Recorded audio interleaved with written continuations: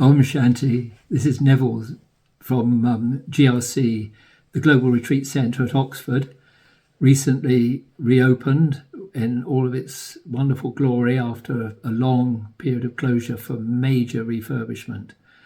I've been asked to say a few words about Dadi Gulzar and Dadi Janki, and the first thing that strikes me is just how utterly different they were. One of the wonders of the creation, as it took place through Shiv Baba and Brahma Baba, is of these daddies, this army of daddies, each one utterly unique and individual in their character, and yet all contributing their different specialities to Baba's task.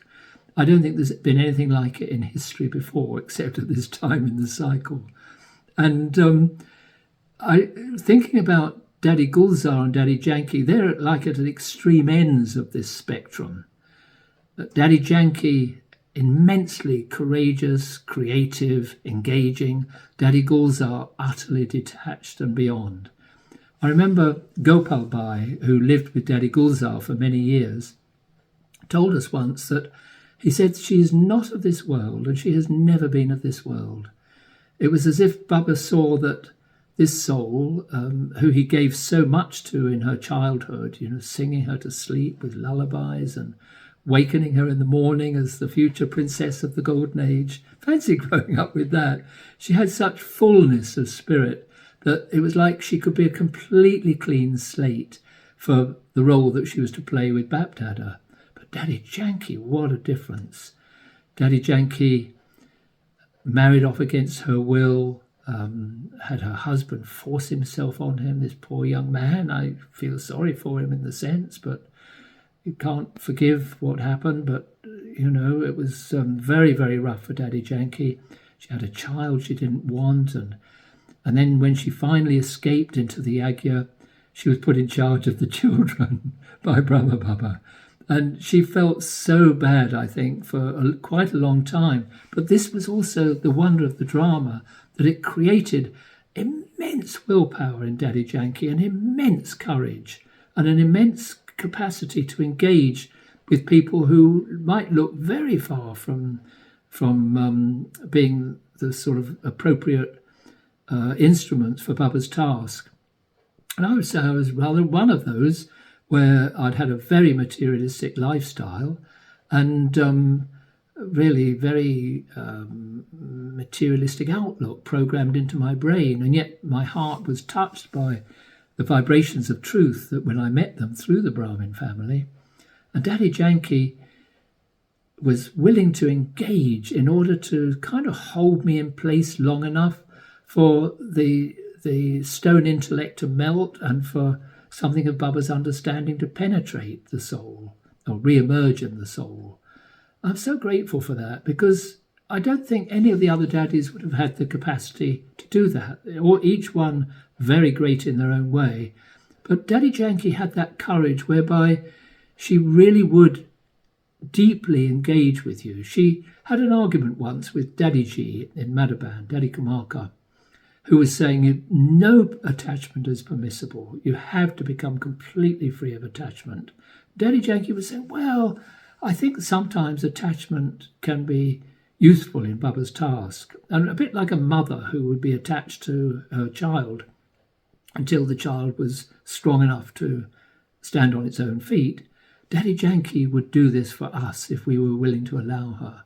She would kind of get her claws into us to hold us in place so that we really would stand a chance of allowing Baba and his understanding and his love to work on us until we would be cleaner and able to really absorb Gyan. And that was very much my experience.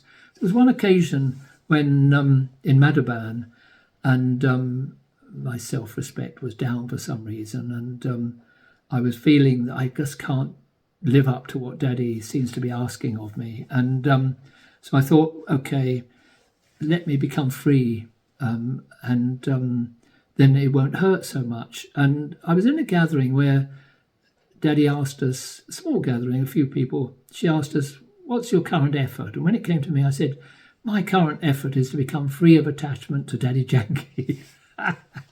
I got the bony finger. She said, I'm not letting go of my attachment to you until you become perfect. Well, she's gone and I'm not perfect yet.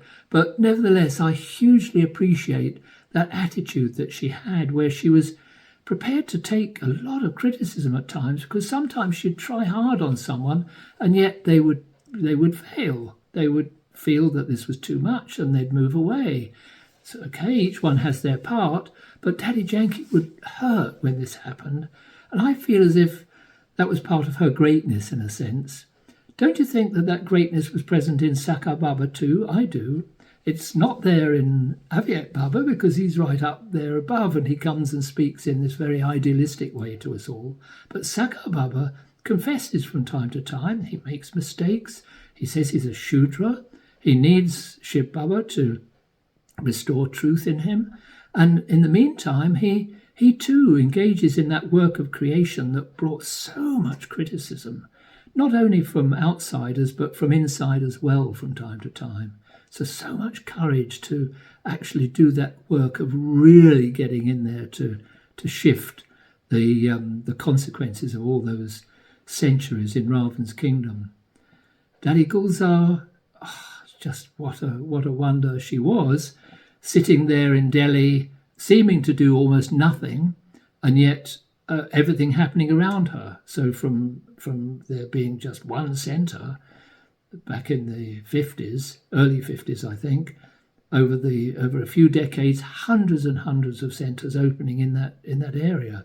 But with Dadi Janki coming abroad with nothing, virtually nothing, and then thanks to her energy and efforts, after her few decades, 140 countries with Baba's work going on, and thousands, if not millions, of students now tuning in to different degrees to the truths of Rav.